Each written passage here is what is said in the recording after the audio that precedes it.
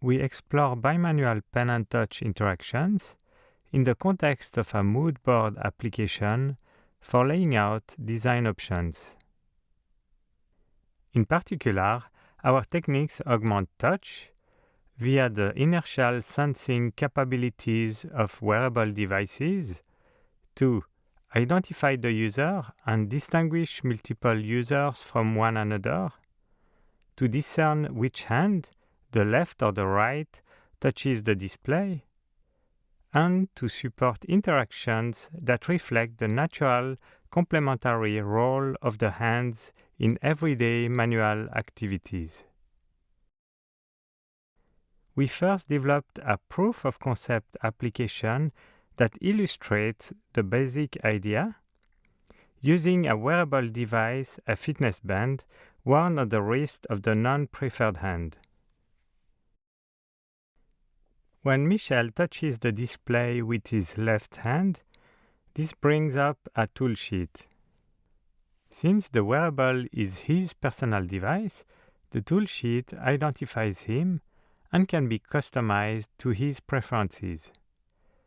This works by recognizing the impulse from the band's inertial sensors, which can be correlated with the moment his finger makes contact with the touchscreen. The preferred hand can now select tools or drag out new objects such as sticky notes. But when Jacob, also wearing a band, collaborates with Michel on the same display, Jacob's toolsheet comes up, and they can work side by side without any confusion of their touches.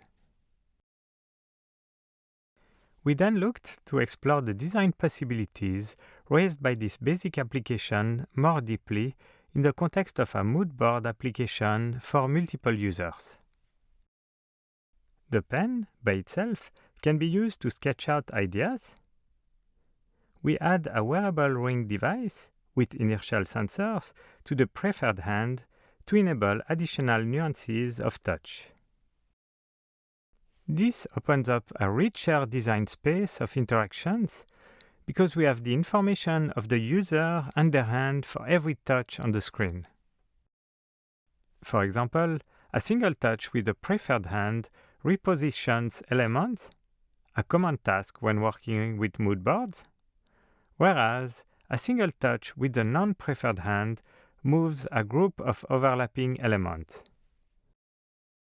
As another example, a two-finger touch with the non-preferred hand establishes a visual straight edge, while the same gesture with the preferred hand brings up a visual clipboard right where the user is currently working.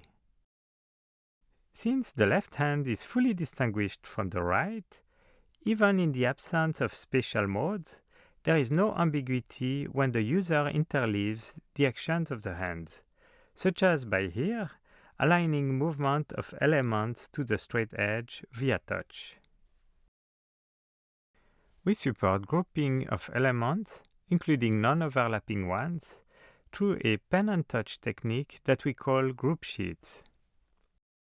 A three-finger right-angle gesture with the non-preferred hand activates a new rectangular sheet. Using the pen to stroke through elements adds them to the group sheet. Lifting up with the non-preferred hand deactivates the operation, adding a movable group sheet to the space.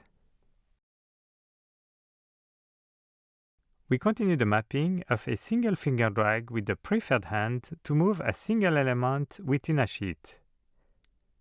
And the non-preferred hand moves the entire sheet, whether touching the sheet itself or an element within the sheet. We explore how orientation of wearable devices supports distinguishing various types of touches. For example, we can save the basic single finger touch event for common interactions by instead calling up the toolsheet, which in this application is an ink style menu, by employing a back-handed interaction to call up the tools. We can adjust the visual stacking order of elements with a bimanual touch gesture activated with a chop The other hand defines the scope, either by dragging to select an area, or with a flick to select everything on one side of the chop.